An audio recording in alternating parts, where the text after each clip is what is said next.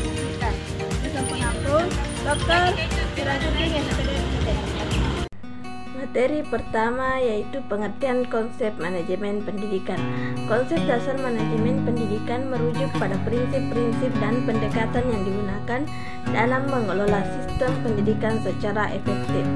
Konsep dasar ini mencakup berbagai aspek yang berkaitan dengan perencanaan, pengorganisasian, pelaksanaan, dan pengawasan kegiatan dalam konteks pendidikan.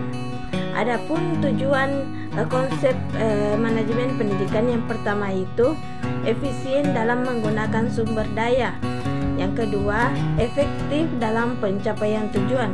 Yang ketiga, bermuara pada tujuan pendidikan. Yang keempat, mendukung kegiatan pendidikan dalam upaya mencapai tujuan pendidikan. Adapun manfaat dari konsep manajemen pendidikan yang pertama itu menciptakan suasana belajar. Yang kedua, meningkatkan kompetensi manajemen pendidikan. Yang ketiga, menghemat sumber daya dengan hasil memuaskan. Yang keempat, mendapatkan tenaga kependidikan dan profesional. Adapun fungsi manajemen pendidikan, adalah elemen-elemen dasar yang akan selalu ada dan melekat di dalam proses manajemen yang dijadikan acuan oleh manajer dalam melaksanakan kegiatan pendidikan untuk mencapai tujuan yang efektif dan efisien. Materi kedua yaitu fungsi-fungsi administrasi dan manajemen pendidikan. Hubungan antara administrasi dan manajemen.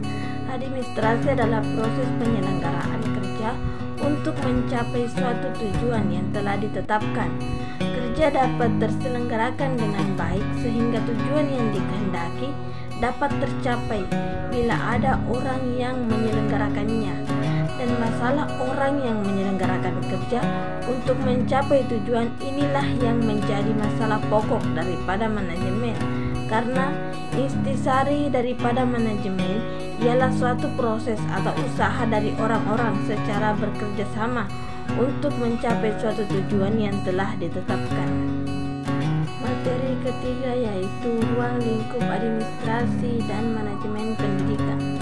Administrasi pendidikan secara istilah, administrasi sudah tidak asing lagi terdengar dalam dunia pendidikan. Administrasi pendidikan adalah proses pengembangan kegiatan kerjasama sekelompok orang untuk mencapai tujuan yang telah ditetapkan, yaitu untuk mencapai tujuan pendidikan. Pendapat lain menjelaskan bahwa administrasi pendidikan adalah semua usaha untuk mendayagunakan secara tepat guna dan berhasil guna sumber-sumber material yang personal yang tersedia untuk mencapai tujuan pendidikan. Adapun ruang lingkup administrasi pendidikan. Ruang lingkup adalah segala hal yang dapat memperlancar dan membantu penyelenggaraan kegiatan-kegiatan pendidikan di lingkungan sekolah atau lembaga pendidikan formal, sehingga tujuan pendidikan dapat ditempuh melalui bentuk-bentuk kegiatan secara tertib dan teratur yang pada akhirnya sampai pada pencapaian tujuan itu sendiri. Materi keempat yaitu struktur organisasi dalam suatu lembaga. Pengertian struktur organisasi. Struktur organisasi menetapkan cara bagaimana tugas dan pekerjaan dibagi, dikelompokkan, dan dikoordinir secara formal. Pernyataan ini mengacu pada 6 unsur kunci yang terdiri dari elemen-elemen spesialisasi pekerjaan, departementalisasi, rantai komando, rentang kendali, sentralisasi dan desentralisasi, serta formalisasi. Adapun peranan struktur organisasi, pengelompokan kerja menurut fungsi ini dapat menghasilkan spesialisasi di dalam pekerjaan pada bidangnya masing-masing. Agar tidak terjadi tumpah tindih antar masing-masing fungsi, maka dibuat batas-batas tugas dan wewenang dengan jelas untuk masing-masing bidang. Salah satu prinsip organisasi yang dapat menunjuk kelancaran tugas-tugas dalam organisasi adalah prinsip efisiensi. kerja dari atas kepada bawahan dan biasanya juga diantar sesama bawahan yang tingkatnya sama. Materi kelima, supervisi pendidikan dan kepemimpinan pendidikan. Pengertian supervisi pendidikan. Dalam dunia pendidikan, supervisi selalu mengacu kepada kegiatan memperbaiki proses pembelajaran. Proses pembelajaran ini sudah tentu berkaitan dengan kegiatan-kegiatan yang lain, seperti upaya meningkatkan pribadi guru, meningkatkan profesinya, kemampuan berkomunikasi dan bergaul, baik dengan warga sekolah maupun dengan masyarakat, dan upaya membantu meningkatkan kesejahteraan mereka. Adapun fungsi supervisi pendidikan, yang pertama itu penelitian, yang mana fungsi ini berarti harus menemukan solusi dari setiap masalah yang ditemui. Yang kedua, penilaian. Fungsi ini dapat mengukur tingkat kemajuan yang diinginkan serta sebesar apa yang sudah dicapai. Yang ketiga, perbaikan, merupakan usaha untuk mendorong atau memotivasi guru agar ingin melakukan perbaikan dalam pelaksanaan tugasnya. Yang keempat, pembinaan. Fungsi ini digunakan untuk memecahkan masalah yang sedang dihadapi melalui pembinaan atau pelatihan kepada guru tentang alternatif baru dalam pelaksanaan proses belajar mengajar. Adapun jenis-jenis supervisi pendidikan, yang pertama itu supervisi akademik, yang kedua supervisi administrasi, yang ketiga supervisi lembaga.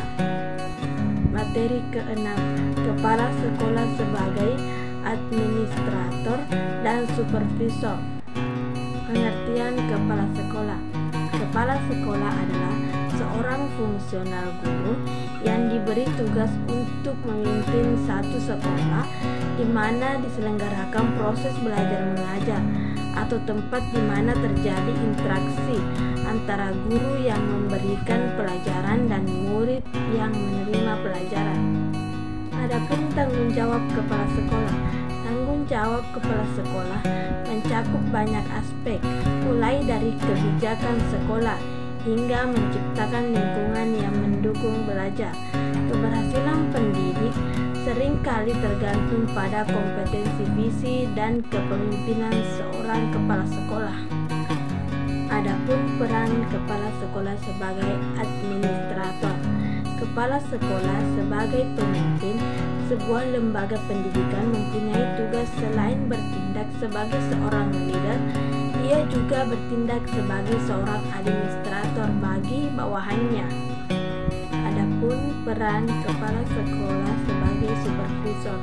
Kepala sekolah sebagai supervisor berperan untuk membimbing, membantu dan mengarahkan tenaga pendidik dan tenaga kependidikan untuk menghargai dan melaksanakan prosedur-prosedur pendidikan guru guna menunjang kemajuan pendidikan. Materi ketujuh, peranan guru dalam manajemen pendidikan dan manajemen konflik. Pengertian manajemen pendidikan. Manajemen pendidikan adalah proses perencanaan, pengorganisasian, penggerakan dan pengawasan dalam konteks pendidikan untuk mencapai tujuan tertentu secara efektif dan efisien. Adapun fungsi manajemen pendidikan, yang pertama itu perencanaan manajemen pendidikan dan tenaga kependidikan. Yang kedua, rekrutmen pendidikan dan tenaga kependidikan. Yang ketiga, penempatan kerja pendidikan dan tenaga kependidikan. Yang keempat, kompensasi pendidikan dan tenaga kependidikan. Yang kelima, pembinaan dan pengembangan pendidikan dan tenaga kependidikan. Adapun pengertian manajemen konflik. Konflik adalah akibat dari ketidaksepemahaman dan ketidaksesuaian baik antara individu ataupun kelompok dalam hal memenuhi tujuan yang berkaitan pada terganggunya masing-masing individu atau kelompok tersebut. Adapun sebab terjadinya konflik, yang pertama itu perbedaan pendapat, yang kedua salah paham, yang ketiga salah satu atau kedua belah pihak merasa dirugikan, yang keempat terlalu sensitif. Materi ke-8, manajemen strategi peningkatan mutu pendidikan. Pengertian manajemen. Manajemen diartikan sebagai penggunaan sumber daya secara efektif untuk mencapai sasaran. Walaupun demikian, tidak mudah merumuskan definisi manajemen itu sendiri. Hal tersebut dapat dipahami karena para ahli mengemukakan pandangan dan redaksi yang berbeda tentang batasan manajemen. Adapun pengertian strategi.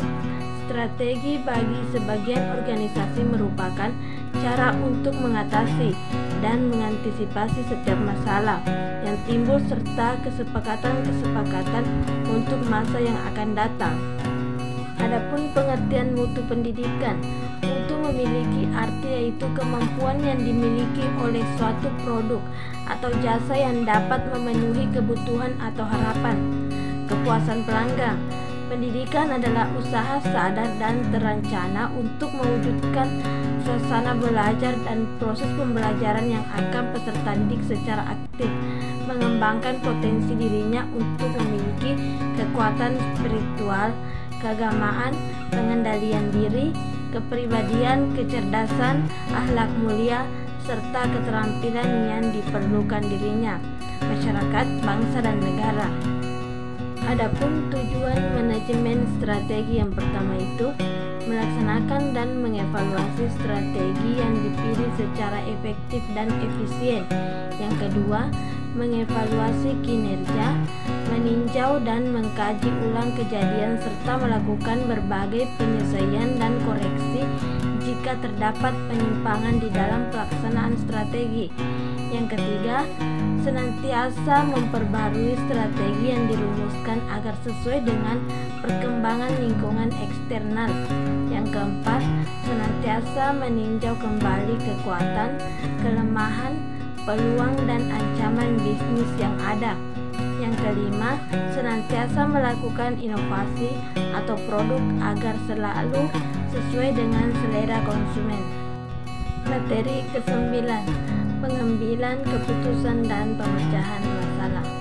Definisi pengambilan keputusan. Pengambilan keputusan adalah suatu pendekatan yang sistematis terhadap suatu masalah yang dihadapi. Pendekatan yang sistematis itu menyangkut pengetahuan tentang hakikat masalah yang dihadapi itu, pengumpulan fakta dan data yang relevan dengan masalah yang dihadapi, analisis masalah dengan menggunakan fakta dan data, mencari alternatif pemecahan, menganalisis setiap alternatif sehingga ditemukan alternatif yang paling rasional, dan penilaian dari hasil yang dicapai sebagai akibat dari keputusan yang diambil. Tujuan pengambilan keputusan. Dalam kehidupan, tujuan proses pengambilan keputusan merupakan sesuatu yang akan selalu dihadapi oleh manusia.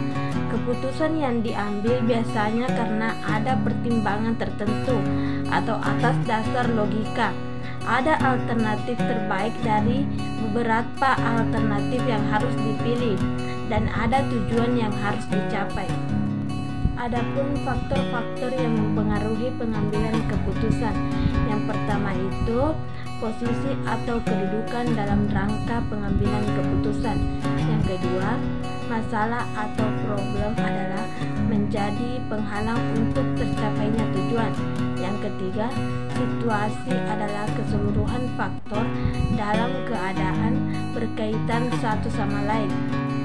Adapun tahapan proses pengambilan keputusan, setiap keputusan yang diambil itu merupakan perwujudan kebijakan yang telah digariskan. Oleh karena itu, analisis proses pengambilan keputusan pada hakikatnya sama saja dengan analisis proses kebijakan.